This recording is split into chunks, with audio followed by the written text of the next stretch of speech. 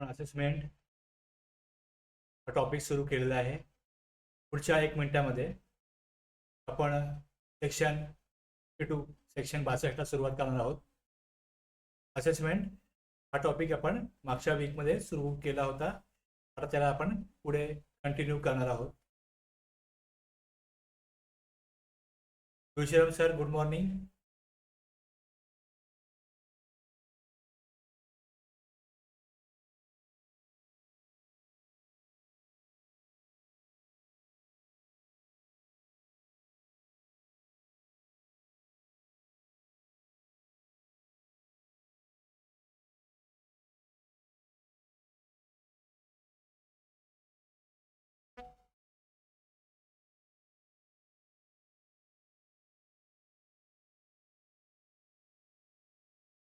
पुढच्या 1 मिनिटामध्ये आपण सुरुवात करूया.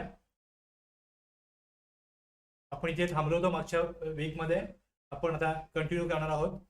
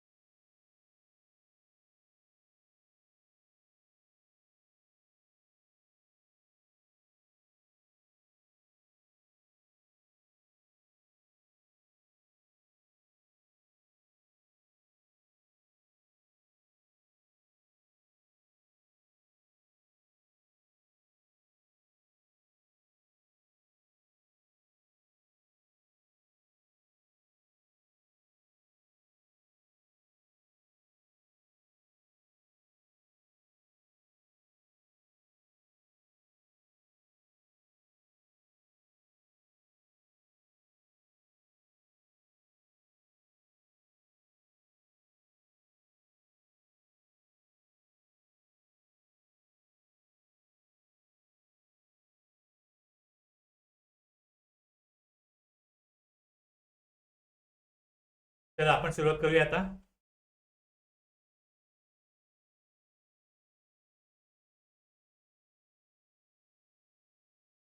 तर असेसमेंट हा जो चॅप्टर आहे जीएसटी ऍक्ट मध्ये, हा 12वा चॅप्टर आहे. त्याच्यामध्ये आपण हे पाहिलं होतं की टॅक्स पेअर वरती जबाबदारी आहे, एक ऑब्लिगेशन आहे. त्यांनी जो टॅक्स भरायचा आहे ते जे मूल्यांकन आहे हे स्वतःहून करायचं आहे. तर आउटपुट टॅक्स कुठल्या प्रॉडक्टवरती किती टक्के आहे, 5%, 12%, 18%, त्यांनी बघायचं. आणि ITC इलिजिबल किती आहे हे सगळं त्यांनी स्वतःहून करायचं आहे. म्हणजे इथे जर चूक झाली, चुकीच्या प्रकारे टॅक्स कलेक्ट केला गेला, चुकीचा ITC घेतला गेला, तर नंतर मग त्याच्यावरती कारवाई होऊ शकते. त्यामुळे ही एक रिस्क त्याच्यावर आहे, एक धोका आहे त्याच्याकडे, की जर त्यांनी चुकीच्या प्रकारे हे सगळं केलं तर मग नंतर त्याला टॅक्स इंटरेस्ट पेनल्टीला सामोरं जावं लागू शकतं. मग त्यासाठी काय केलंय, एक आपण सेक्शन 60 बघितला, प्रोव्हिजनल असेसमेंट. जर डिटर्मिनेशन ऑफ टॅक्स करता येत नसेल, म्हणजे टॅक्सचा दर काय हे निश्चित करता येत नसेल, किंवा जर व्हॅल्यू ऑफ काय असेल, जे ज्याच्यावर टॅक्स लावायचा आहे, जे व्हॅल्यू काय असेल, डिटर्मिनेशन ऑफ व्हॅल्यू करता येत नाही किंवा टॅक्स रेट डिटर्मिन करता येत नाही, तर मग प्रोव्हिजनल असेसमेंटची एक तरतूद आहे, ती आपण पाहिली होती. रिटर्न केल्यानंतर आता टॅक्स पेअर हे रिटर्न्स फाईल करतात आणि त्यानंतर मग डिपार्टमेंटचं काम सुरू होतं की रिटर्न्सची काय करायची, छाननी करायची, रिटर्न्स प्रॉपर भरले गेलेले आहेत की नाही चेक करायचं.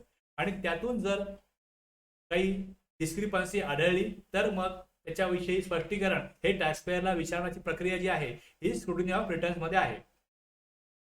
आता त्याच्या पुढचा टप्पा जो आहे, म्हणजे ह्यामध्ये काय होईल, हा जो असेसमेंट हा जो टॉपिक आहे किंवा ही जी तरतूद आहे त्याच्यामधल्या, त्याच्यामध्ये उद्देश हा आहे की सर्व मार्गाने गव्हर्नमेंटला प्रॉपर रेव्हेन्यू कलेक्शन व्हायला पाहिजे, योग्य प्रकारे टॅक्स जमा झाला पाहिजे आणि tax payer point of view आणि government of point of view या कायद्याची जी अंमलबजावणी आहे ही प्रॉपरली झाली पाहिजे.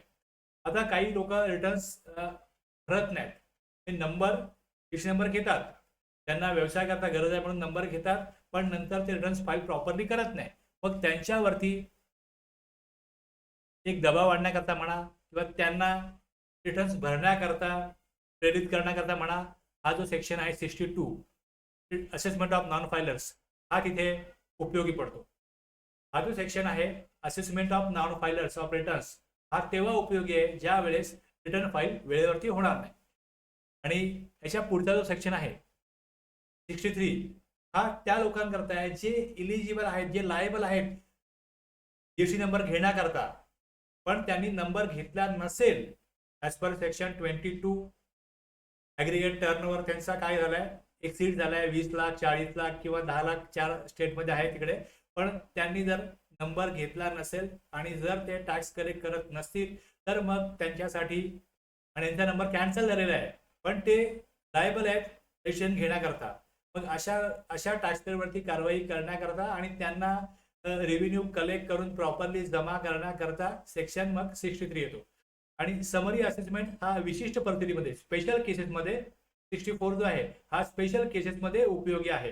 तर हे आपल्याला आजच्या या सेशनमध्ये सेक्शन 62, 63, 64 बघायचं. याचा उद्देश एवढाच आहे की जे टॅक्स कलेक्शन आहे आणि गव्हर्नमेंटकडे जमा करणं आहे, डिपॉझिट करणं आहे, हे वेळेत व्हावं, या कायद्याची अंमलबजावणी त्या दृष्टीने योग्य प्रकारे व्हावी, याकरता असेसमेंटचा तरतुदी आहेत त्याचा वापर केला जातो.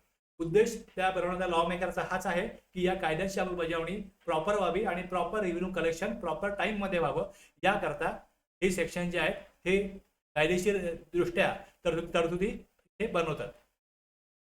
आता याच्यामध्ये काय केलं जातं, रिटर्न नॉट फाईल, रिटर्न भरण्याकरता सेक्शन जो 39 आहे, या सेक्शन 39 मध्ये वेगवेगळे जे सेक्शन आहेत त्यामध्ये वेगवेगळे रिटर्न जे येतात, जीएसटी 3B, वेगवेगळ्या प्रकारच्या टॅक्सपेअर साठी हे वेगवेगळे रिटर्न्स आहेत. आणि ज्यांनी जीएसटी नंबर कॅन्सल केला असेल त्याच्याकरता मग पुढे नंतर फायनल रिटर्न हा रिटर्न सेक्शन 45 मध्ये जीएसटी 10 मध्ये भरला जातो. आता यांना जर त्यांनी ड्यू डेटला रिटर्न जर फाईल केला नसेल तर त्याला नोटीस पाठवली जाते. ही सिस्टम थ्रू जाते, ही ऑटोमॅटिक त्यांना नोटीस मिळते जीएसटीआर 3A मध्ये की तुम्ही काय करा, जर रिटर्न फाईल केला नसेल तर फाईल करा. आता याच्यामध्ये एक प्रकारे जी प्रक्रिया आहे ही प्रक्रिया वेगवान होण्याकरता, प्रॉपर टाइम मध्ये होण्याकरता ह्याचा उपयोग आहे. आणि जर त्यांनी 15 दिवसामध्ये हे सगळं केलं नाही तर मग त्यांच्यासाठी ऑफिसर काय करतो की त्याच्याकडे जी माहिती असते, त्यांनी साधारण परचेस किती केलाय, त्या जीएसटीआर 2A मध्ये 2B मध्ये किती आला, ईवे बिलला काय इन्फॉर्मेशन आहे, याच्या आधारावरती त्यांना तुम्ही एवढं टॅक्स भरायला लागता, या प्रकारे त्यांना ऑर्डर डिमांड पाठवलं जातं. आणि त्यानंतर त्यांना वेळ दिली जाते की तुम्ही रिटर्न फाईल करा. त्यांनी रिटर्न फाईल केला, त्यांनी रिटर्न फाईल जर केला तर जी त्यांना असेसमेंट ऑर्डर काढलेली असेल ती विड्रॉ झाली असं मानलं जातं. त्यांना जी जर ते उशिरा रिटर्न फाईल करतायत, रिटर्न जर उशिरा फाईल करतायत ते, तर त्या केसमध्ये त्यांना इंटरेस्ट लेट फीस भरावी लागते. पण जर त्यांनी ती भरली त्यानंतर जी ऑर्डर काढली असेल की रिटर्न फाईल तुम्ही केलेलं नाहीये, तुम्ही करा, तर ती ऑर्डर काय होते, तिकडे विड्रॉ होते असं मानलं जाईल. त्यांनी रिटर्न भरलेलं आहे, आता त्या ऑर्डरचा कुठलाही परिणाम, कुठलाही तिथे प्रभाव राहत नाही.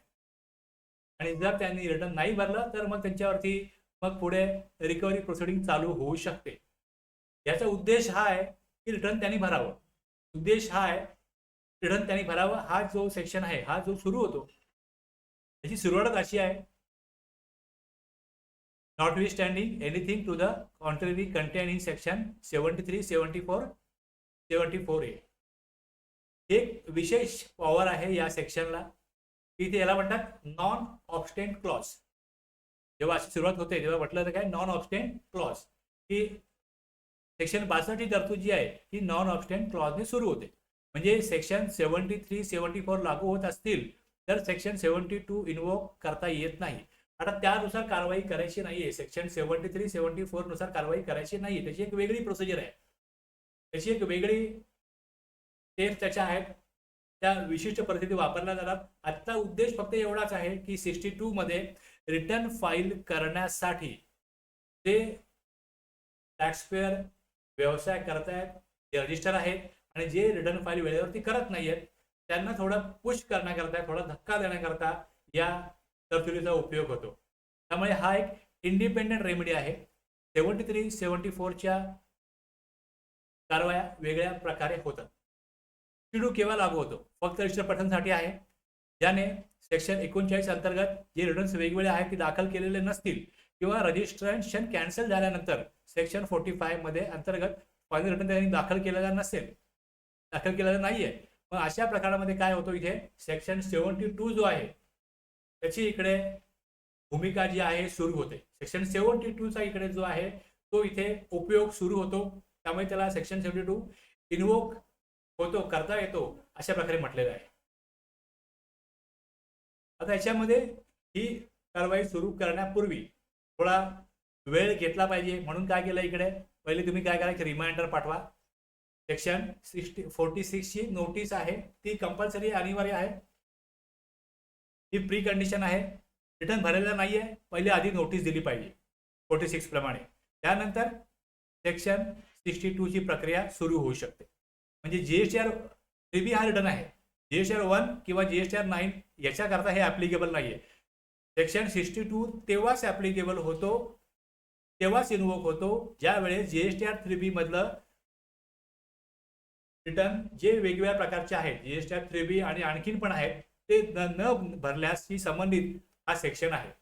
उद्देश एवढाच आहे की टॅक्सपेअरनी काय करावं, उशीर झाला असेल तर त्यांना एक रिमाइंडर पाठवला जातो, त्याच्यानंतर आणखीन एक जास्त फोर्स क्रिएट करण्यासाठी हा सेक्शन वापरला जातो की तुम्ही काय करा, रजिस्टर्ड पर्सन आहात, मला रिटर्न भरणं अनिवार्य आहे, रिटर्न भरा, अदरवाईज तुमच्यावरती आम्ही जी अमाऊंट सांगितलेली आहे ती तुम्ही भरावी, आणि ती नाही भरली तर मग विभाग त्यांच्याकडनं रिकव्हरी करून ती अमाऊंट वसूल करू शकतो. त्यामुळे हा पुढचा धोका समोर घेतल्यानंतर टॅक्सपेअर स्वतःहून रिटर्न भरतो, आणि ते रिटर्न स्वतःहून भरल्यानंतर मग पुढच्या स्क्रुटिनी वगैरे पुढच्या स्टेपमध्ये मग ती प्रोसेस जाईल. पण याचा उद्देश एवढाच आहे की रिटर्न तुम्ही भरा, रिटर्न भरल्याशिवाय स्क्रुटिनी होऊ शकत नाही.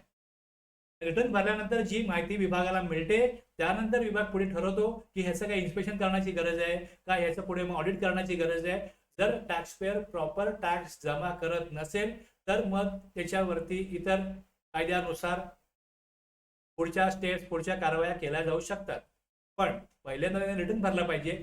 रिटर्न भरलेला आहे आणि ती इन्फॉर्मेशन समाधानकारक असेल तर तो टॅक्सपेअर जेन्युइनली आपली रिटर्न भरण्याची प्रक्रिया त्यांनी पूर्ण केलेली आहे, आणि मग अशाच प्रकारे काय होतं, हा कायद्याची अंमलबजावणी होत राहते. संधी असते 15 दिवसांची की सेक्शन 46 ची नोटीस मिळाल्यानंतर 15 दिवसामध्ये काय करा, जीएसटीआर 3B दाखल केला. आता त्यानंतर काय होईल, जर त्यांनी दाखल केला नाही तर प्रॉपर ऑफिसर टॅक्स लायबिलिटी ठरवू शकतात तिकडे. मग ह्यालाच म्हणतात बेस जजमेंट असेसमेंट. आता रूल 100 दिलेला आहे, त्यानुसार ऑफिसरला मग उपलब्ध कागदपत्र असतील, रेकॉर्ड्स असतील, मटेरियल म्हणजे ज्या प्रकारे त्यांनी परचेस केलंय, जीएसटीआर 2A 2B मध्ये आलेली इन्फॉर्मेशन, त्याचबरोबर ईवे बिलची इन्फॉर्मेशन, याच्या आधारे त्यांनी अगोदर टॅक्स साधारण किती भरलेला आहे या सगळ्याच्या आधारावरती एक अमाऊंट डिटरमाइन करून, फिक्स करून ती त्याला सांगितलं जातं की तुम्ही किती अमाऊंट भरायला म्हणतात बेस जजमेंट असेसमेंट. आता ही अमाऊंट जी आहे ही त्याला पाठवली जाते. आता याच्यामध्ये त्याला हिअरिंग करता कुठल्याही प्रकारे हिअरिंग नोटीस आवश्यक नाही. सेक्शन 62 बद्दल काय म्हटलंय, पर्सनल हिअरिंग देणे बंधनकारक नाही, कारण की त्यांनी रिटर्न स्वतः भरला पाहिजे. जर तुम्हाला मान्य नाहीये म्हणणं तर तुम्ही माझं म्हणणं असं आहे, माझा एवढा टॅक्स लागू मला होत नाही, तुम्ही खूपच जास्त अमाऊंट लावलेली आहे, अशा प्रकारे त्याचं जर का म्हणणं असेल तर त्याला ते म्हणणं मांडण्याकरता प्रॉपर ऑफिसर समोर येण्याची गरज नाही. तू तुझा रिटर्न भर, तुझं जे उत्तर आहे रिटर्न मध्ये दे, रिटर्न भर, रिटर्न भरला तर विषय संपतो. रिटर्न जोपर्यंत भरत नाही मग त्याला पुढच्या जे काय पुढचे स्टेप जे आहेत त्या डिपार्टमेंट घेणार. बेस जजमेंटमध्ये मनमानी नसावी, उपलब्ध मटेरियल गोळा केलेल्या माहितीवरच आधारित असावी. जेन्युइनली जी इन्फॉर्मेशन अवेलेबल आहे त्याप्रमाणे त्याला टॅक्सपेअरनी त्याच्या लक्षात बुद्धीने आपल्या विवेकानुसार काय करावं, तिथे टॅक्स डिटरमाइन करावा आणि तो कम्युनिकेट करावा टॅक्सपेअरला. अशा प्रकारे ही एक तरतूद सांगते. इथे ऑफिसरला एक्स पार्टी म्हणजे इथे बाजू न मांडता ऐकता टॅक्सपेअरची कुठलीही बाजू न मांडता ऑफिसर त्यांच्याकडे उपलब्ध असलेल्या माहितीनुसार काय करेल, इथे जे टॅक्सपेअर आहेत, करदाते आहेत, ज्यांनी रिटर्न फाईल केलेला नाहीये, ज्यांनी रिटर्न भरलेलं नाहीये, त्यांना काय करेल, रिटर्न भरण्यासाठी त्यांना नोटीस पाठवेल. सेक्शन 62 रिटर्न न भरणाऱ्या टॅक्सपेअरसाठी आहे. कायद्याने दिलेला base judgment base assessment mechanism आहे, जो सेक्शन 43च्या नोटीस नंतरच लागू होतो आणि 73-74 पासून वेगळा आहे. हे मुख्य मुद्दे या सेक्शन मधनं येतात. आता ही एक इन्फॉर्मेशन तुम्हाला दिलेली आहे. आता तुम्ही ज्या वेळेस वाचाल, जेव्हा तुम्ही सेक्शन वाचाल त्यावेळेस तुम्हाला काय कळेल, प्रत्येक शब्दाचा अर्थ काय आहे हे लक्षात येईल. आता इथे सुरुवात अशी आहे की नॉट वी स्टँडिंग, आता ज्यावेळेस म्हटलंय 73-74 हे जे आहे ही तरतूद वेगळी आहे, त्याला ओव्हरराईड ही तरतूद करते. आणि सुरुवात अशी आहे, where a registered person fails to furnish return under section 39 जेव्हा तुम्ही म्हणता, मग तुम्हाला सेक्शन 39 मध्ये ती तरतूद वाचावी लागेल. तो सेक्शन काढून तुम्हाला बघावं लागेल. ते बघितल्यावर तुम्हाला कळेल की तिकडे 3B, GSTR 3B, GSTR 4, 5, 5A, 6, 7, 8, 11 वगैरे वगैरे रिटर्न्स तिकडे आहेत. मग ते कोणासाठी आहेत? एक नॉर्मल टॅक्सपेअर असतो, मग कंपोजिशन डीलर असतो, त्यानंतर नॉन रेसिडेंट टॅक्सेबल पर्सन असतो, OIDR सर्व्हिस प्रोव्हायडर आहे. त्यानंतर हे वेगवेगळे प्रकार जे आहेत हे सगळे आपण ज्यावेळेस सेक्शन 39 बघितला त्यावेळेस बघितलेले आहे. त्यामुळे त्यांनी रिटर्न फाईल करणं गरजेचं आहे, जेणेकरून त्यातनं गव्हर्नमेंटला टॅक्स दिला जाईल किंवा त्यांचे जे ऑब्लिगेशन्स आहेत हे प्रॉपरली फॉलो होतील, त्यासाठी तो गरजेचा आहे. तसंच सेक्शन 49 मध्ये काय होतं, फायनल रिटर्न ज्यांनी नंबर कॅन्सल केलेला आहे, मग त्याच्याकडे काही इनपुट्स आहेत, कॅपिटल गुड्स आहेत. मग जर त्यांनी नंबर बंद केला असेल तर ते डीम टू बी सप्लाय असतात आणि त्यातनं मग त्याला जी लायबिलिटी निर्माण होते ती शो करणं, दाखवणं, डिस्क्लोज करणं हे GSTR 10 मध्ये होतं. आणि त्यानुसार ज्यांनी नंबर कॅन्सल केलेला आहे त्यांना काय लायबिलिटी येते का हे त्यातनं कळतं. म्हणजे इथे पण काय होतो, जो गव्हर्नमेंटचा रेव्हेन्यू आहे त्याच्यावरती या सेक्शनचा 45 सेक्शनचा प्रभाव पडत असतो. त्यामुळे तोही भरणं गरजेचं आहे आणि त्यासाठी त्याचा फॉलोअप म्हणून इथे याला पण काय केलेलं आहे, लॉ मेकरने घेतलेलं आहे की नॉर्मल रिटर्न, रेग्युलर रिटर्न भरायचे आहेत. त्यांनी नंबर कॅन्सल केला आहे त्यांनी सेक्शन 45 प्रमाणे GSTR 10 भरला पाहिजे. Even after the service of notice under section 46, the proper officer may proceed to assess the tax liability of the said person to the best of his judgment. आता इथे पुढे काय होईल हे दिलेलं आहे. आता ही जी कारवाई आहे ही कधी चालू करायची, कशा प्रकारे करायची, which he has gathered and issue an assessment order within a period of 5 years from the date specified under section 44 for furnishing of the annual return. आता ज्यांनी नंबर कॅन्सल केलाय बघा, जे रिटर्न्स रेग्युलर भरतायत आणि त्यांचं ते नॉन फायनल झाले तर इमिजिएटली हे नोटीस दिल्यानंतर लगेच करण्याची गरज आहे. पण ज्यांचा नंबर कॅन्सल झालेला आहे किंवा ज्यांनी नंबर कॅन्सल केलेला आहे आणि GSTR 10 त्यांनी भरलाच नाही तर पुढच्या 5 वर्षामध्ये GSTR 9 ची डेट असते. आता आपला GSTR 9 भरून झाला फायनान्शियल इयर 24-25 चा 31 डिसेंबर 2025 ला इथपासून GSTR 9 हा अंडर सेक्शन 44 येतो. त्याची जी डेट आहे त्या डेटपासून which he has gathered and issue an assessment order within a period of 5 years from the date specified under section 44 for furnishing of the annual return for the financial year to which the tax not paid relates. इथली amount त्यांनी भरलेली नाहीये, number cancel झालाय, 3B पण नाही भरला, GSTR 10 पण नाही भरला, तर मग तिथपासून काय होईल, पुढे हे लागू होईल. आता बघा परत पहिल्यापासून नॉन ऑब्स्टेन क्लॉजनी सुरुवात होते. सेक्शन 73, 74, 74A मध्ये काही विरुद्ध असले तरीही सेक्शन 62(1) लागू होऊ शकतो. म्हणजे हे नॉन फायलिंग साठी ही एक इंडिपेंडंट स्वतंत्र अशी तरतूद आहे. रजिस्टर्ड पर्सनने सेक्शन 39 अंतर्गत रिटर्न 3B, 4, 5, 5A, 6, 7, 8, 11 किंवा सेक्शन 45 अंतर्गत फायनल रिटर्न GSTR 10 हा दाखल केलेला नाही, मग त्याला नोटीस पाठवली जाते. सिस्टम जनरेट नोटीस असते, ऑटोमॅटिक त्याला जाते. त्यांनी रिटर्न तरी पण दाखल केला नाही. मग प्रॉपर ऑफिसरला अधिकार आहे की काय केलं जाईल, उपलब्ध रेकॉर्ड किंवा गोळा केलेल्या मटेरियलच्या आधारे करदात्याची टॅक्स लायबिलिटी बेस जजमेंटने ठरवेल आणि असेसमेंट ऑर्डर काढेल. असेसमेंट ऑर्डर पुढे काढावी. सेक्शन 62(1) मध्ये एवढं आपल्याला क्लिअर होतं. टाइम लिमिट हा असेसमेंट ऑर्डर आहे. सेक्शन 44 नुसार जीएसटी 9 भरण्याच्या शेवटच्या तारखेपासून 5 वर्षाच्या आतमध्ये काढला पाहिजे. सेक्शन 62(1) ही रिटर्न न भरणाऱ्या जे रजिस्टर्ड पर्सन आहे त्यांच्यासाठी विशेष स्पेशल असेसमेंट तरतूद आहे, जी सेक्शन 46 नंतरच्या बेस जजमेंटवर ठराविक कालमर्यादेत असेसमेंट करण्याची मुभा देते. आता याच्यामध्ये एक लक्षात घ्या, 5 वर्ष खूप मोठा काळ होतो. आता इथे रेव्हेन्यू गव्हर्नमेंटला प्रॉपर टाइम मध्ये कलेक्ट व्हायला पाहिजे. त्यामुळे 5 वर्ष जरी दिली असली तरी डिपार्टमेंटने काय केलं पाहिजे, इकडे विभागाने काय केलं पाहिजे, जीएसटी विभागाने इथे वेळेमध्ये हे सगळं नोटीस पाठवण्याचं काम केलं पाहिजे. जर नंबर कॅन्सल झालेला आहे तर मग तो टॅक्स पेअर नंबर कॅन्सल झाल्यापासून 5 वर्षापर्यंत ही ऑर्डर नोटीस काढता येते. पण लवकर जेवढी काढली जाईल तेवढा तो व्यक्ती त्याला पकडणं शक्य होईल. जर तो व्यक्ती भारत सोडून बाहेर निघून गेला किंवा त्याचा मृत्यू झाला, मग पुढे हे सगळं वसुली करणं फार त्रासदायक किंवा मग थोडं अशक्य होतं. त्यामुळे हा कायदा वेळ दिलाय 5 वर्ष, सरकारला संरक्षण मिळतं, पण अधिकाऱ्याला बेफिकीर वागण्याची मोकळी देत नाही. हे आपण या पॉईंटमध्ये मांडलेलं आहे. Judicial reality ground to court अनेक वेळा म्हणतात power must be exercise within a reasonable time. आता हा रिझनेबल टाइमचा अर्थ प्रत्येकाला वेगवेगळा असू शकतो. Even if statute permits a longer period. जरी कायद्याने दीर्घ कालावधीची परवानगी दिलेली असली तरी अधिकाराचा वापर वाजवी वेळेत केला पाहिजे.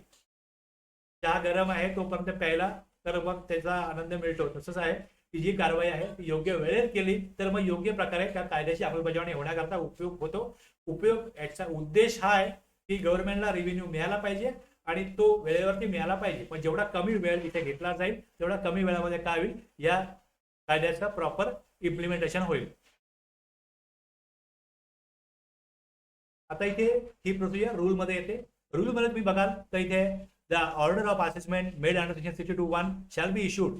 बघ कुठला फॉर्म आहे. आता ज्या वेळेस तिथे फॉर्म दिलाय तुम्ही तो फॉर्म काढून बघा.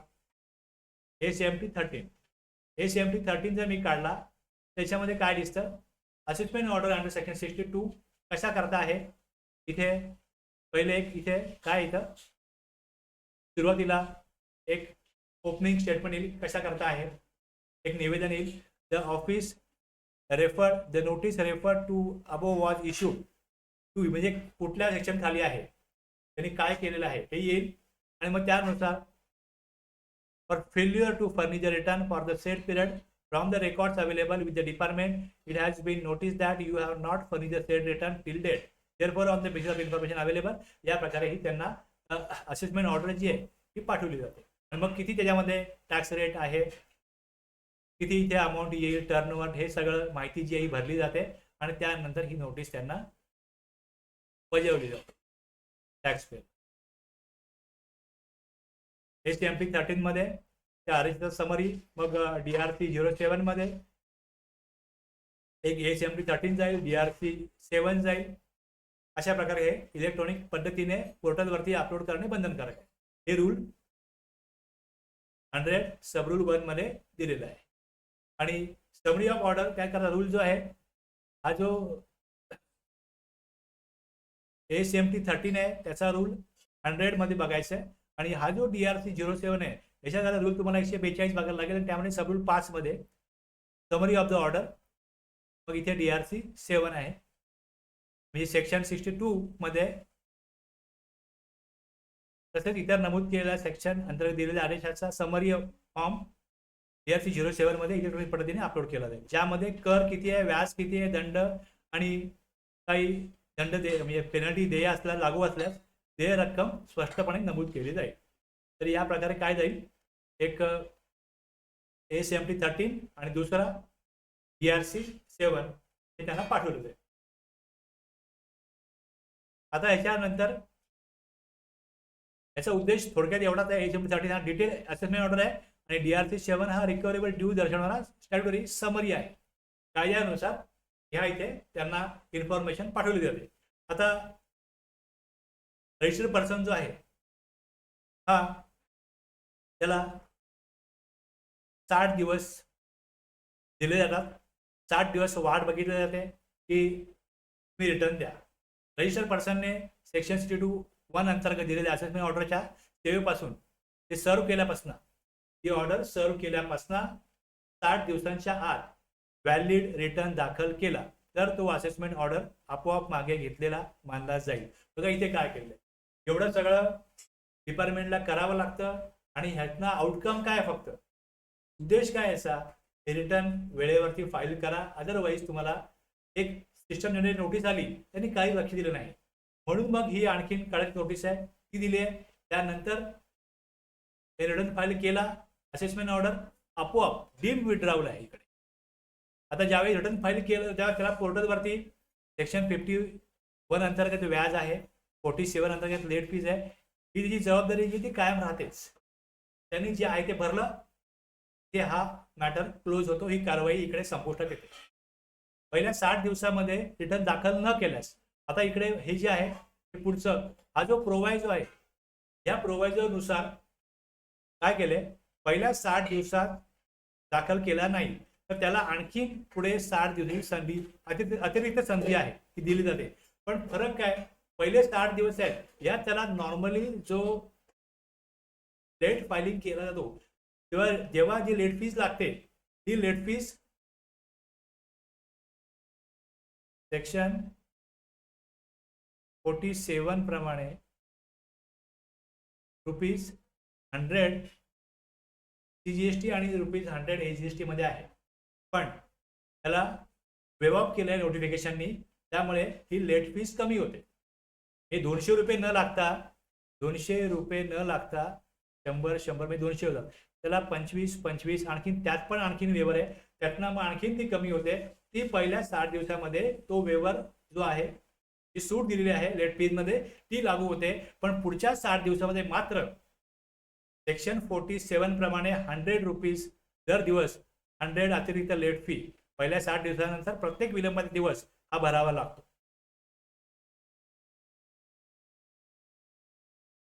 विश्राम सर, तुमचं म्हणणं मी तुम्हाला तेच सांगते. तुम्हाला आता कळलं की त्या व्यापाऱ्याने, तुम्ही आता बरोबर रिलेट करू शकता की तुम्ही काय डिपार्टमेंटने कारवाई केली, त्याचा उद्देश सफल झालेला आहे. जर त्या व्यापाऱ्याने ऑर्डर केल्यानंतर, तुम्ही म्हणताय की 62 अंतर्गत ऑर्डर केल्यानंतर तो व्यापारी एका आठवड्यात पेमेंट केलं, त्यांनी पेमेंट करावं, उद्देश हाच होता. म्हणजे जेवढी अमाऊंट डिटरमाइन केली जाते नॉर्मली ती अमाऊंट त्याला जेवढी अमाऊंट भरायची आहे त्यापेक्षा जास्त थोडी ठेवली जाते, जेणेकरून कमी अमाऊंट मला भरणं लागू आहे म्हणजे तो अमाऊंट ती भरेल. त्यांनी अमाऊंट भरलं का तिथे काय झालं, उद्देश सफल झाला. याचा उद्देश फक्त एवढाच आहे. एक्सटेंडेड पिरियड रिटर्न त्यांनी भरला, 60 दिवसाचा कालावधी आहे, रिटर्न दाखल केला, असेसमेंट ऑर्डर पुन्हा डीम विड्रॉवल होते आणि इंटरेस्ट भरला, तो सगळा त्याला भरायचाच आहे, तो त्याला भरावाच लागेल. आता हा जर त्यांनी नाही भरला, मग ह्या सगळ्या ऑर्डर निघाल्या, त्यानंतर पुढे त्यांनी काय केलंय, मग त्यात त्यांनी नॉर्मली इंटरेस्ट भरलाय का त्यांनी ₹100 इंटरेस्ट भरलाय, हे मग स्क्रुटिनीमध्ये नंतर चेक करताय. एकदा रिटर्न भरल्यानंतर मग पुढे स्क्रुटिनी चालू होते. आता याच्यामध्ये नोटीस पाठवली, 2 चान्स त्याला मिळतात. पहिले 60 दिवस नॉर्मल इंटरेस्ट, नंतर जो आहे तो ₹100 एक्स्ट्रा इंटरेस्ट, हे सगळं त्याला लागू राहतं. हे त्यांनी भरलं. हे सगळं भरल्यानंतर काय होतं, तिकडे ही ऑर्डर आहे ती विड्रॉ होते. विश्राम सर, बघा तुम्ही की तुम्ही म्हणता रिकव्हरी क्लोज होते का. आता तुम्ही रिकव्हरी कशासाठी करणार, रिकव्हरी केव्हा केली जाते, जो टॅक्स देणं आहे तो टॅक्स पेअरनी द्यावा याकरता त्याचा फॉलोअप घेतला जातो वेगळ्या प्रकारे. मग त्यानंतर पण जर तो टॅक्स देत नसेल तर मग रिकव्हरी करायला लागते. पण जर तो स्वतःहून रिटर्न फाईल करतोय, आता तुमची ऑर्डर विड्रॉ झाली तर मग रिकव्हरीचा प्रश्नच येत नाही ना, की जी डिमांड ऑर्डर आहे तीच विड्रॉ झाली तर मग रिकव्हरी पुढे होणारच नाही, रिकव्हरी करण्याचा काही संबंधच नाही. हा सेक्शन इथपर्यंतच आहे की बघा याच्यामध्ये सेक्शन 62 टू मध्ये इंटरेस्ट अनअवेलेबल आहे, इंटरेस्ट भरावा लागेल, लेट फी भरायला लागेल, हे सांगतो. हे सगळं क्लिअर केलंय. आता सेक्शन 62 लक्षात घ्या काय, हा रिकव्हरी मेकॅनिझम नाहीये.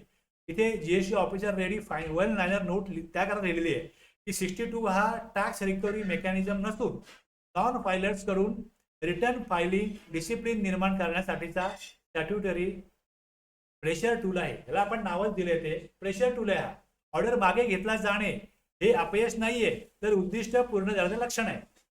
उद्दिष्ट पूर्ण झालं तर जी डिमांड ऑर्डर पाठवलेली आहे 62 मधना ती जर का विड्रॉ झाली, जर ऑर्डर तुमची ऍक्टिव्ह आहे, तर मग पुढे आपण रिकव्हरी बघणार की रिकव्हरी कधी सुरू करता येते. आणि मग ठराविक कालावधीमध्ये त्यांना काहीच रिस्पॉन्स दिला नाही तर मग पुढे रिकव्हरीची तरतूद लागू होते.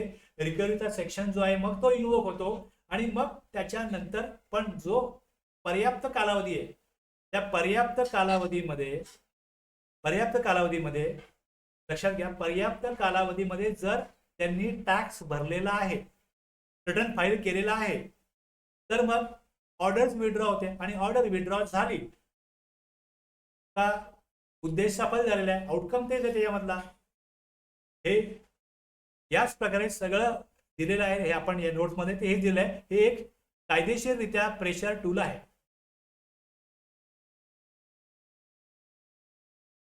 इथे आपला सेक्शन 62 संपला.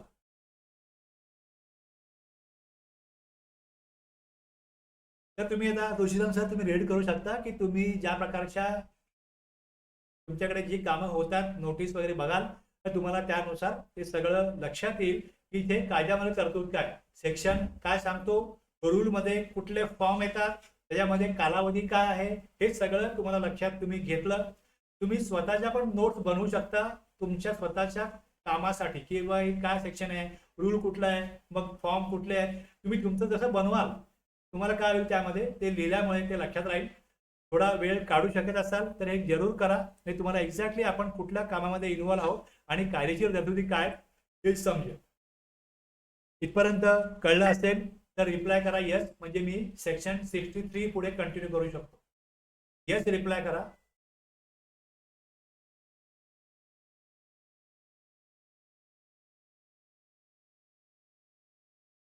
विश्राम सर काय होतं, तुम्ही प्रश्न विचारता काहीतरी सांगता यातनं मला एक दिशा मिळते. मला चांगलं वाटतं की कोणतरी प्रश्न विचारतोय, कोणतरी काहीतरी सांगतोय, यातनं मी जे कंटेंट बनवतो ते मला परिपूर्ण करण्याकरता एक इनपुट मिळतं. काय विचारलं जातंय म्हणजे एक समजण्याचा स्तर काय, ह्या सगळ्या गोष्टी मला कळतात. त्यामुळे तुम्ही विचारत राहा. ज्यांनी कोणी विचारेल त्यामध्ये कमीपणाचा घेण्याचं काही कारण नाही. प्रश्न पडला तर प्रश्न विचारा, काही मी पॉईंट मांडला तो आवडला तर तो सांगा, म्हणजे जेणेकरून मला काय होतं मी नोट्समध्ये कशा प्रकारचे कंटेंट टाकावे आणि ते कितपत स्ट्रेच करावे ह्याचा मला अंदाज येतो. पण जर कोणीच काहीच उत्तर देत नसेल, विचारत नसेल, तर मग मी मला जसं योग्य वाटतंय मी माझ्या स्तरावरती नोट्स बनवतोय.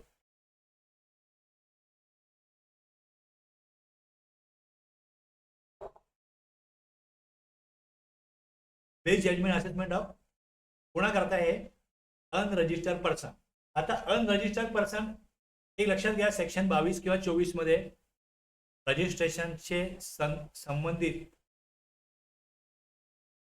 सेक्शन जे आहे 22 आणि 24, या 22 मध्ये 22(1) मध्ये थ्रेशोल्ड लिमिट आहे की एक टर्नओव्हर 10 लाख 20 लाख 40 लाख प्रत्येक राज्यानुसार ते लिमिट बघावं लागतं. ते जर एक्सीड होत असेल एखाद्या व्यापाराचं तर त्याला रजिस्ट्रेशन घेणं कंपल्सरी आहे. आणि 24 मध्ये टॉपिकचं नावच आहे, त्या चॅप्टरचं नावच आहे कंपल्सरी रजिस्ट्रेशन. म्हणजे जर का राज्याबाहेर सप्लाय केला, इंटरस्टेट सप्लाय केला तर 24(1) प्रमाणे रजिस्ट्रेशन घेणं बंधनकारक आहे. त्यात पण काही एक्झाम्पशन वगैरे आहेत ती लागू होत असतील तर मग ते एक्झाम्पशन प्रभावी होतं, रजिस्ट्रेशन घेण्याची गरज राहत नाही. जर तुम्ही आता जेव्हा हा विषय येतो कुठलाही आपण ज्यावेळेस टॉपिक बघतो आणि संबंधित सेक्शन जर तुम्हाला माहिती नसतील तर तुम्हाला 100% तरतूद कळणार नाही. तुम्ही ते वाचलं तुम्हाला कळेल हा तिथे काय म्हटलंय, 22(1) म्हणजे काय आहे, 24 मध्ये सबसेक्शन कुठला लागू होतो, हे सगळं तुम्हाला कळेल. तर इथे रजिस्ट्रेशन त्यांनी घेतलेलं नाहीये, ओके, आणि रजिस्ट्रेशन कॅन्सल झालंय. पण इथे टॅक्स देणं आहे म्हणजे इथे रजिस्ट्रेशन घेणं गरजेचं होतं. अशा वेळेला या टॅक्सपेअरकडनं रजिस्ट्रेशन घेणं गरजेचं होतं. त्यांना नोटीस पाठवायची की तुम्ही सेक्शन 22 प्रमाणे किंवा 24 प्रमाणे तुम्हाला रजिस्ट्रेशन घेऊन कर देणं बंधनकारक आहे कायद्यानुसार, आणि तुम्ही ते केलेलं नाहीये, त्यामुळे तुम्हाला टॅक्स देणं किती आहे याविषयी त्यांना असेसमेंट नोटीस द्यायची, ऑर्डर द्यायची. या प्रकारे ही तरतूद चालते. मग हे कशा प्रकारे होईल? मला एकदा मी सांगितलं की अनरजिस्टर्ड पर्सनसाठी आहे की जर का सरकार कोणावरती काही कारवाईच करत नसेल, इलिजिबल झालेला आहे, टर्नओव्हर 10 लाखाच्या पुढे, 20 लाखाच्या पुढे, 40 लाखाच्या पुढे, राज्याबाहेर सप्लाय करतोय, तरतूद सांगते 22 किंवा 24 मध्ये रजिस्ट्रेशन घेणं कंपल्सरी आहे, रजिस्ट्रेशन घेत नाहीयेत, मग त्यांना आता कायद्याच्या कक्षेमध्ये आणण्याकरता त्यांच्यावरती केलेली ही कारवाई आहे, हे लक्षात घ्या. हा सेक्शन अशा व्यक्तींकरता, अशा व्यापाऱ्यांकरता लागू होतो जे अनरजिस्टर आहेत. ज्या व्यक्ती 22 अंतर्गत पात्र आहेत पण रजिस्ट्रेशन घेण्यात अपयशी ठरलेलं आहे आणि घेतलं रजिस्ट्रेशन. तसेच सेक्शन 29(2) एक एक्झाम्पल दिलंय, असेसमेंट ऑफ अनरजिस्टर्ड पर्सन एक एक्झाम्पल आहे. आता आपण खाली येऊ. Where taxable person has to obtain registration, हा पण नॉन स्टँडिंगने सुरू होतो. हा पण सेक्शन जो आहे हा 73, 74, 74 याला ओव्हर राईट करतोय, हे लक्षात घ्या. ही कारवाई डायरेक्टली सुरू करता येते. 73, 74, 74 याची प्रोसिजर जी आहे ही इथे फॉलो होत नाही, याचा उद्देश वेगळा आहे. किंवा रजिस्ट्रेशन कॅन्सल झालेलं आहे पण काय म्हटलंय पुढे, who was liable to pay tax. Registration cancel झालेलं आहे पण तो टॅक्स देणं त्याला आहे, even though liable to do so, registration fails to of registration आणि नंबर कॅन्सल झालाय. The PO may proceed to assess the tax liability of such taxable person to the best of his judgment. आता इथे परत PO जबाबदारी आहे की त्यांनी त्यांच्या स्वतःच्या बुद्धीने, विवेकाने, त्यांच्याकडे उपलब्ध असलेल्या माहितीनुसार आता ह्या कारवाईचा पण मॅक्झिमम पिरियड जो आहे हा 5 वर्षामध्ये ही असेसमेंट ऑर्डर काढली जाऊ शकते. आणि ते 5 वर्ष कधीपासून मोजायचे, तर ज्या वर्षामधलं हे ऑर्डर असेल त्याच्या GSTR 9 भरल्यापासून ती डेट पुढे 5 वर्ष होऊ शकते, हे दिलेलं आहे. आता हे सगळं जे वर्क दिलेलं आहे ऍक्च्युअली तरतुदीमध्ये. आता यामध्ये नो सच असेसमेंट ऑर्डर बघा, इथे काय म्हटलंय, फक्त इथे प्रोव्हिजन मध्ये काय म्हटलंय, no such assessment order shall be pass without giving the reason person on opportunity of being heard. म्हणजे त्या व्यक्तीचं म्हणणं ऐकलं जावं आणि मग पुढे त्याची फायनल ऑर्डर काढायची. सेक्शन 73, 74, 74A मधील तरतुदीला बाधा न आणता जर एखादा टॅक्सेबल पर्सन सेक्शन 22 अंतर्गत रजिस्ट्रेशन घेण्यात पात्र असूनही रजिस्ट्रेशन घेत नाही, किंवा सेक्शन 29(2) अंतर्गत ज्यांनी रजिस्ट्रेशन रद्द झाले आहे पण तो कर भरण्यास जबाबदार आहे, तर प्रॉपर ऑफिसर त्या व्यक्तीची कर देयता पे जजमेंटच्या आधारे संबंधित कर कालावधीत रिलेव्हंट टॅक्स पिरियड ठरवू शकतो. आणि मग सेक्शन 44 नुसार रिटर्न भरण्यास अंतिम तारखेच्या 5 वर्षापासून हे पुढे येईल. त्याच्यामध्ये जे दिलेलं आहे, where taxable person fails to obtain registration even though liable to do so. आता रजिस्ट्रेशन घेण्याच्या तरतुदी ज्या आहेत या सेक्शन 22 मध्ये आणि 24 मध्ये आहेत. आता इथे आपण एक्झाम्पलला 22 म्हटलेले, आपला जो मराठीमधला अर्थ आहे की विश्लेषण आहे, त्यामध्ये आपण हे वरती 22 किंवा 24 हे वरती लिहिलेलं नाहीये, लक्षात ठेवा. इथे आपण सेक्शन 73 जेव्हा वाचतो तेव्हा काय म्हटलंय, fails to obtain registration even though liable to do so. एक्झाम्पलला 22 घेतलेला आहे पण ऍप्लिकेबल इथे 24 सुद्धा राहील. महत्वाची अट, प्रोव्हाइडेड दॅट मग असेसमेंट ऑर्डर संबंधित व्यक्तीला त्याचं नॅचरल जस्टिस जो आहे त्या दृष्टिकोनातून त्याचं म्हणणं ऐकून घ्या, आणि नंतर मग जर का तो लायबल होता आणि त्यांनी नंबर काढलेला नाहीये,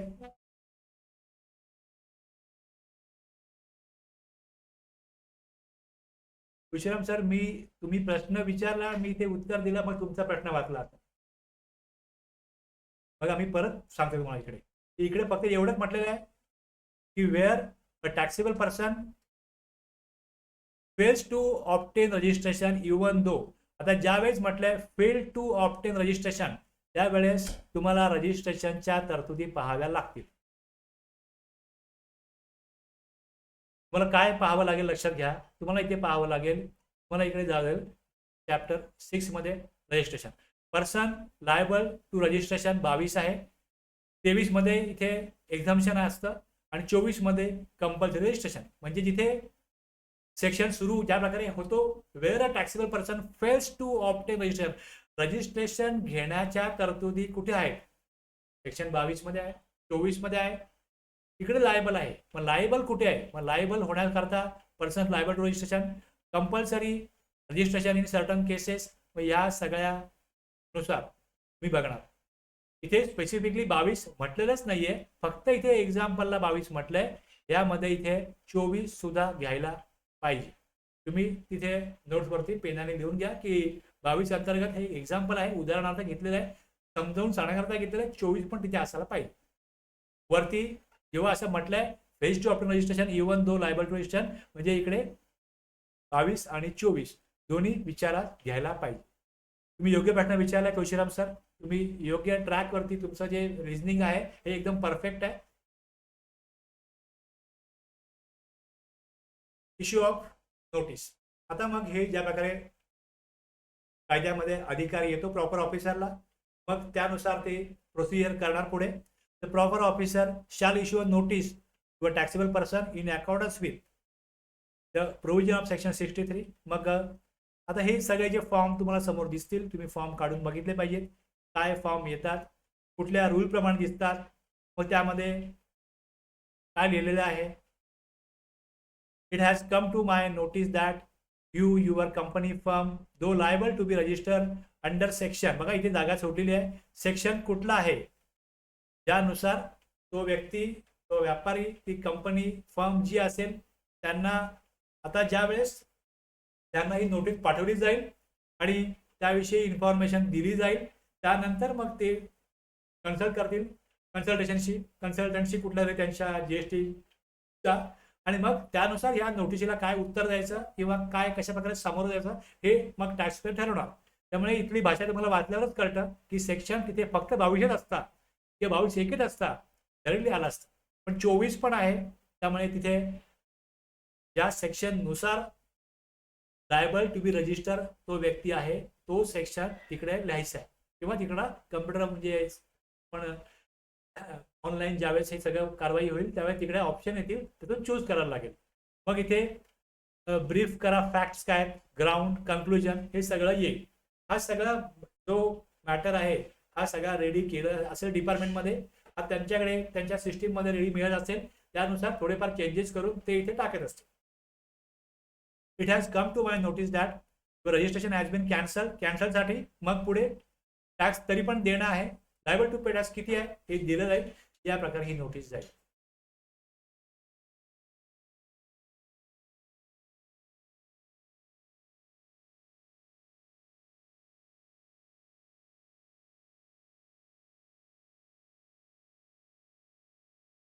मी एक्झॅक्टली जिकडे या सेक्शन नुसार या रूल नुसार ज्या ऑर्डर निघाल्या असतील त्या तुमच्याकडे उपलब्ध असतील, तुम्ही त्या बघा, मला इझिली कळून जाईल तिकडे काय. प्रॉपर ऑफिसर सेक्शन 63च्या तरतुदीनुसार टॅक्सेबल पर्सनला नोटीस जारी करेल. ही नोटीस जीएसटी AS-MT 14 मध्ये असेल. बेस जजमेंट करण्याची कारणे, ग्राउंड्स नमूद केले होते. ज्या प्रकारे हे शब्द इथे आले तेच शब्द मला फॉर्म मध्ये पण दिसतात.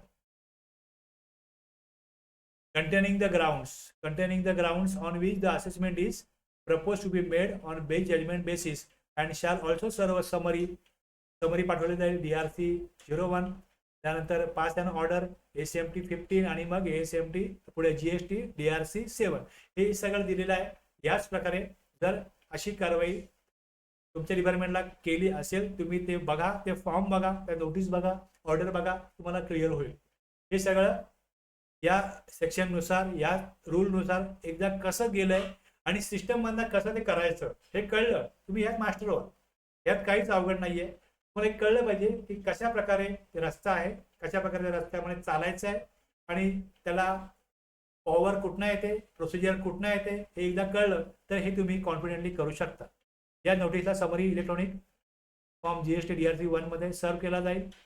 15 दिवसांची संधी दिली जाते, तो आपला रिप्लाय, हे सगळं वरती जे रूल मध्ये दिलेलं आहे 15 दिवस, हे आपण सगळं सविस्तर खाली अर्थ दिलाय. तुम्ही एक्झॅक्टली मी हे सगळं वरती का टाकतो इंग्लिशमध्ये, मुख्य सेक्शन काय, रूल काय हे पहिले वाचा. कारण की ज्यावेळेस टॅक्स पेअर कडनं रिप्लाय येईल तुमच्या नोटीसला, तो इंग्लिशमध्ये येईल, मग तुम्हाला कळलं पाहिजे या शब्द काय. त्यामुळे या शब्दाविषयी जे शब्द वरती वापरले गेलेत याच्या अर्थाविषयी तुम्हाला अवेअरनेस पाहिजे, तुम्हाला माहिती पाहिजे. आपण समजून घेण्याकरता खाली मराठी अर्थ घेतलेला आहे, कायदेशीर आशय घेतलेला आहे, पण तुम्हाला एक्झॅक्टली ते कायद्यामधले शब्द जे इंग्लिशमध्ये आहेत हे समजले पाहिजेत आणि कशा प्रकारे तिथनं आपण मग स्पष्टीकरण दिलंय हे तुम्ही दोन्ही वाचलं आणि मग एक्झॅक्टली रूल वाचला, फॉर्म बघितले, क्लिअर होऊन जाईल.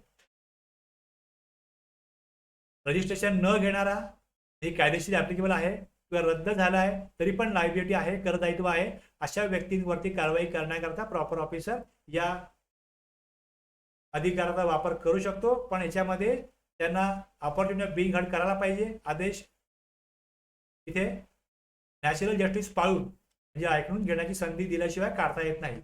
टॅक्सपेअरचं म्हणणं काय आहे ते ऐकायचं आणि त्यानंतर मग फायनल असेसमेंट ऑर्डर काढायची. अशा प्रकारे ही तरतूद आहे. इथपर्यंत क्लिअर झालं असेल तर रिप्लाय करा यस. हे आपण आता सेक्शन 64 ला जाऊ शकतो. सेक्शन 64 हा नेहमी वापरात येत नाही. ही विशेष तरतूद आहे, स्पेशल पॉवर आहे. असा आयुध आहे की गरज पडली तर याचा वापर करता येऊ शकतो आणि रेव्हेन्यू प्रोटेक्ट होऊ शकतो डिपार्टमेंटचा, याकरता हे आहे.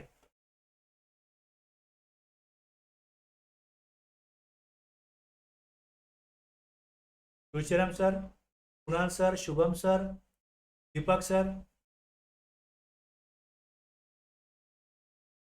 समजलं असेल तर यस रिप्लाय करा. आपण लगेच सेक्शन 64 ला जाऊ.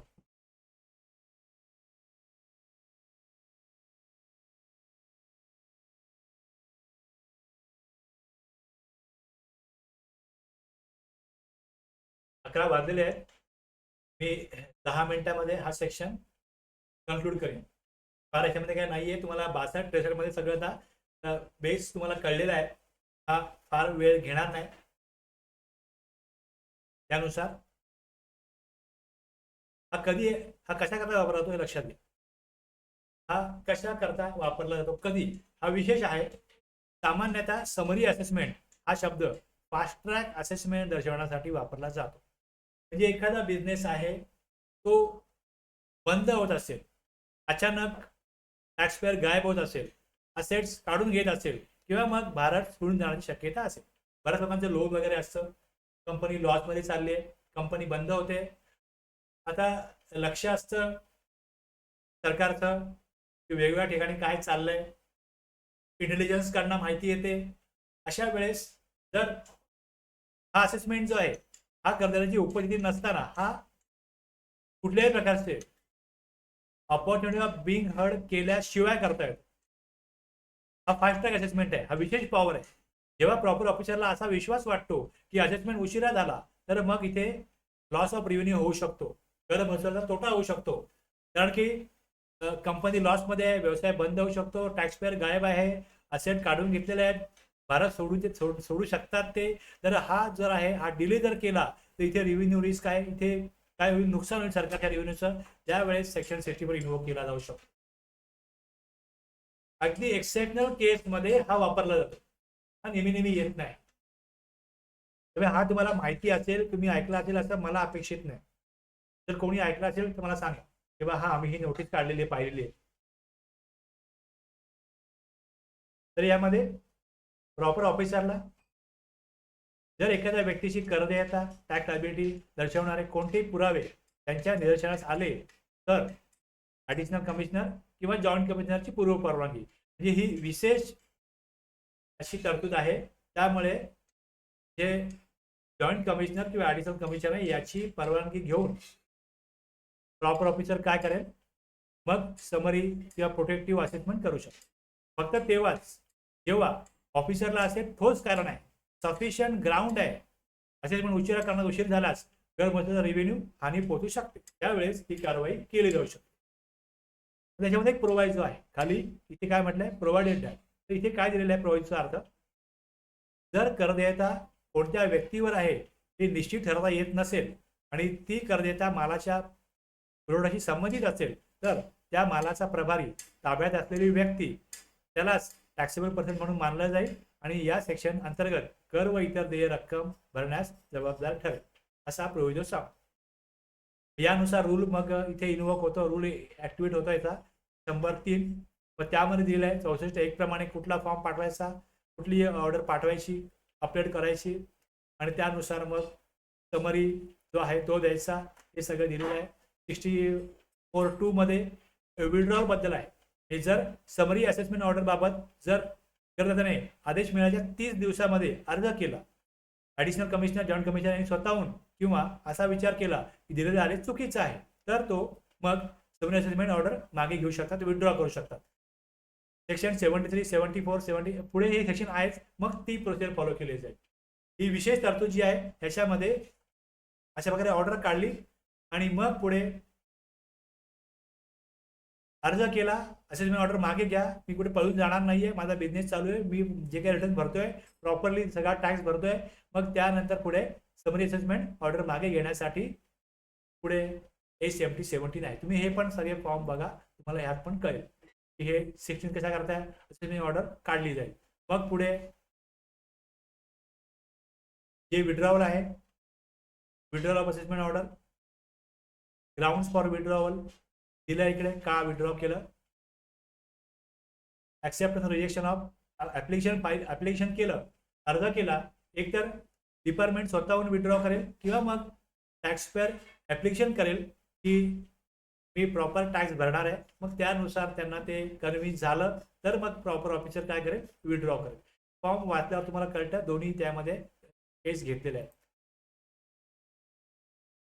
64 अंतर्गत दिलेल्या अर्जावरती असेसमेंट ऑर्डर मागे घेण्याचा आदेश किंवा अर्ज नाकारण्याचा आदेश हा ACMT 18 मध्ये तुम्ही आता तुम्हाला दाखवतो. समरी ऑफ ऑर्डर, यामध्ये जेव्हा हा सर्व केला जातो, बजावला जातो, समरी 07 मध्ये कर, व्याज, दंड हे सगळं दिलेलं आहे. 64 ही एक एक्सेप्शनल तरतूद आहे, लक्षात घ्या. ही जी फक्त तेव्हाच वापरता येते जेव्हा असेसमेंट मध्ये उशीर झाल्यास सरकारी महसुलाचा तात्काळ धोका, रेव्हेन्यू रिस्क निर्माण होण्याची शक्यता असते. समरी प्रोटेक्टिव्ह असेसमेंट आहे, फास्ट ट्रॅक आहे, ही टॅक्सपेअरची बाजू न ऐकता पाठवली जाते. मग नंतर टॅक्सपेअर रिप्लाय करू शकतो, ऍप्लिकेशन करू शकतो, विड्रॉ करा आणि मग तिथे अधिकाऱ्याला PO पटल्यास मग ते विड्रॉ होऊ शकतं किंवा ऍडिशनल जॉईंट कमिशनरला वाटलं की हे चुकीचे आदेश आहे तर ते विड्रॉ करू शकतात.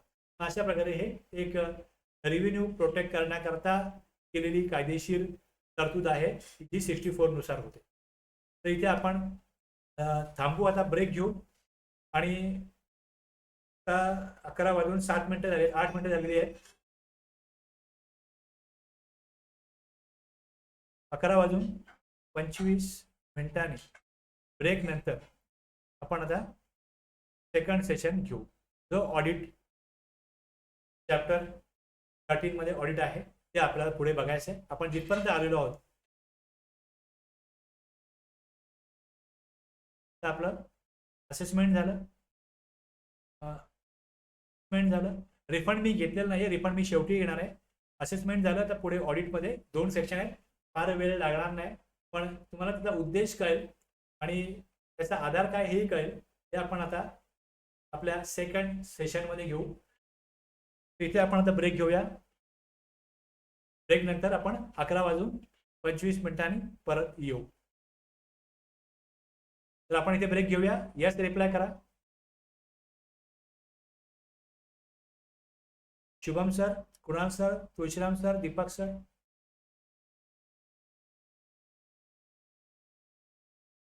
आपण परत येऊया 11:25